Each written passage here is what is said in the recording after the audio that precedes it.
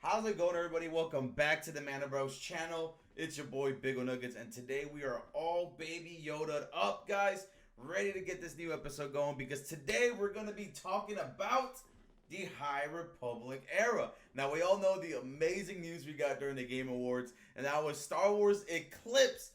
Beautiful cinematic trailer that we got. And that game is going to be based off of this era right here. As you guys can see, all these Jedis, including Master Yoda, which we did see him in that trailer as well. The High Republic era was pretty much the peak of the Jedi. They had brought peace and justice to the entire galaxy. And this is when, Jedi just were the best of the best before they became myths. Today we're just gonna be looking at some of the books, some of the source material. If you guys want to know a little bit more about it, there's 3 phases going on right now for Star Wars High Republic, and phase 1 is almost over. And I got some of the books right here myself that we're gonna be talking about. A little bit of the intro. I have a really awesome article to look over with you guys. So if you guys want to check that article out, I'll also have that link in the description. But let's just go ahead and look into pretty much the High Republic era. So get to speed on Star Wars High Republic. Now let's go ahead and read this with you guys. Centuries before the events of Star Wars The Phantom Menace, the galaxy thrives in an era of prosperity. The High Republic is a time where the Jedi Knights are out in the galaxy in full force, fulfilling their duties as guardians of peace and justice. Readers are introduced to this never-before-seen period of galaxy's history with Star Wars The High Republic, Light of the Jedi, which is this book right here, which I will be doing a full review on. This was a very, very beautiful book, guys. I highly recommend this one. As you can see, we have 3 phases that are coming up. Phase 1, Light of the Jedi. Phase 2, Quest of the Jedi. And Phase 3, Trials of the Jedi. Alright. Phase 1 comes to close beginning of January 2022. Now let's get ready for the explosive conclusion for this phase by taking place at the High Republic, where the High Republic stands. So now we're going to be looking at pretty much where we start off with the High Republic with this book and kind of where it's going to be ending. So let's go ahead and just dive in the major plot of what's going on with a lot of the Jedi. Again, spoilers if you haven't read the books or want to know what's going on and read for yourself. This is the spoiler area, so you have been warned. Go read the comics, read the books, come back later, let us know your thoughts. But if you don't care, you just want to get a little recap of what's going on with this first phase right now, let's go ahead and dive in. You've been warned. Spoiler warning. Alright, now the big events that were going on in the High Republic era was Chancellor So has been employing her Great Works initiative to encourage worlds to join the Republic and improve the galaxy, including building the stunning space station Starlight Beacon. When disaster struck, a transport ship called the Legacy Run exploded in hyperspace, and its scattered remains threatened to crash into planets inhabited by billions. The Jedi and some of the bravest souls in the galaxy band together to save countless lives. The Legacy Run disaster was engineered by the leader of the Nil, Mauricio Rowe, and it's just the start of a scheme against the Republic in retaliation for its expansion into the Outer Rim, as well as the Jedi. The Nil and the Jedi clash at the Battle of Kur. After catastrophe, many Jedi lives were lost. So the Nil is pretty much a crime organization that believe that they own the Outer Rim. And a really cool part is that the Nil have a person that can pretty much travel in between hyperspace. And that was a really cool part about this, where they talk about hyperspace and like the very beginning of hyperspace, of them having the hyperspace routes.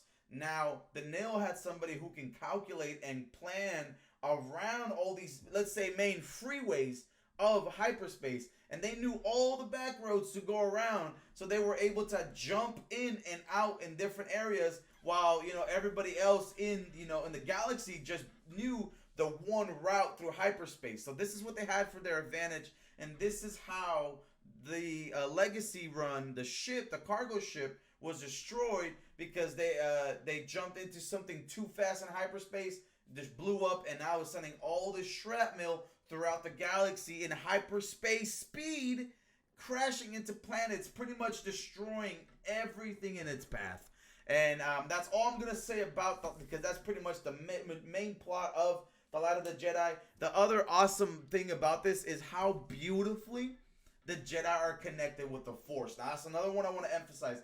They really go into detail on how they are connected to the Force and how each individual Jedi, from Wookiees, to aliens to humans, how their connection to the Force is so unique. Oh my God, I fell in love with this book, and I'm telling you, if you're a Star Wars fan, you will really, really enjoy this as well. Which is why I said I'm very excited for Star Wars Eclipse to see this is going to be during the High Republic era. Now, these are the novels. Now we're going to be jumping into the comics. All right, these are the comics. Meanwhile, Jedi stranded on board an ancient Amex battle station unwittingly released the vicious carnivorous plant-like species known as the Drenger. I think I said that wrong. Drenger, I believe that's how you said it. As a Jedi of the Starlight Beacon investigated a strange corpse on a Deliric ship, their path took them straight into conflict with the Drenger on the planet Cedar Minor. The Marshal of the Starlight Beacon, Avar Kriss, formed an uneasy alliance with the Hutts to battle the Drenger as the beings rose up on hundreds of worlds in the Outer Rim. The Nil continued their assault, not just the Republic and the Jedi, but the citizens of the galaxy as well. Their major target was the Republic Fair on Valo. The glittering display of Soul's vision of a bright future and the Nil were determined to send a message. They attack and unleash destruction as the Jedi save as many people as they can. It took the combined forces of the Jedi and the Togut fleet to hold off the attack. In the aftermath, the Jedi learned that the Nil had helped see the Drener in the Outer Rim to use them as extraction and split the Order during the Valo attack. The conflict escalated until the Jedi and the Nil clashed again in the Battle of Grizzle, where Marshal Moreau made his boldest move against the Jedi yet and unleashed a horror known as the Leveler. Jedi Kiwi Trendus and Master Seek took advantage of the hive mind of the Dreg used to control their victims to find a location of their homeworld. There, the Jedi and the Hutts put the great progenitor, a being that acted as the driving force behind the Drenger, into stasis. That remaining Drenger fell dormant once the great progenitor was immobilized. Master Yoda was remained missing after setting out on a secret mission.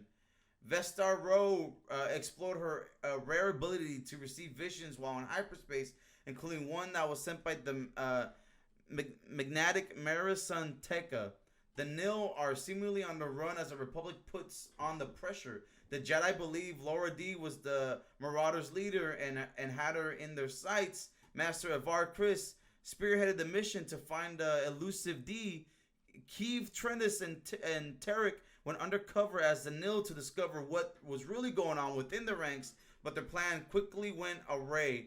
Meanwhile, Force-sensitive Zira Mara continued to search for her former friend Crix, who had joined the Nil. Young ship captain Sly Yarrow was dismayed to discover her mother, Chancey Yarrow, was also teamed up with the Nil. Chancey put her own machinations into motion with Na. Stellus Gios, recently made part of the Jedi Council, was tasked and Beric Cathar with investigating what happened to the Battle of Grizzlor. Cathar's investigation took him to the planet Vart Turum, and the very same place that the lifetime of research the Leveler had brought Mauricio Ro. Ro has the insuitable unknown creature at his beck and call. What will the Nil do with such power at their command?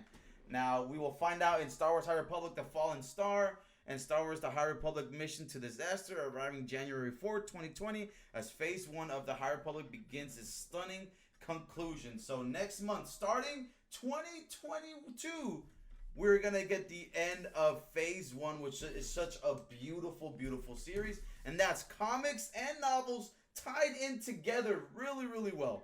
Again, I know I pronounced some names wrong. I know if you didn't understand my reading, I will have a link to this so you guys can catch up. And I will also have, if you want to start off, Light of the Jedi. After the Light of the Jedi is the Rising Storm. And then you got the comics and everything as well. If you guys want me to go a little bit more in detail, show you guys a little bit more about the comics and stuff, I'm more than happy to do that. But this is currently what we know about the High Republic, and I wonder where in this time frame between these phases will we get Star Wars Eclipse. Let me know your thoughts. What do you think about the High Republic era? Like I said, just by reading these books and the comics, I am in love. I love this era. It is amazing. And I hope you guys enjoy it too. Thank you for the love. Don't forget to like and subscribe. And I will catch you guys in the next video. May the Force be with you. For this is the way. Thank you.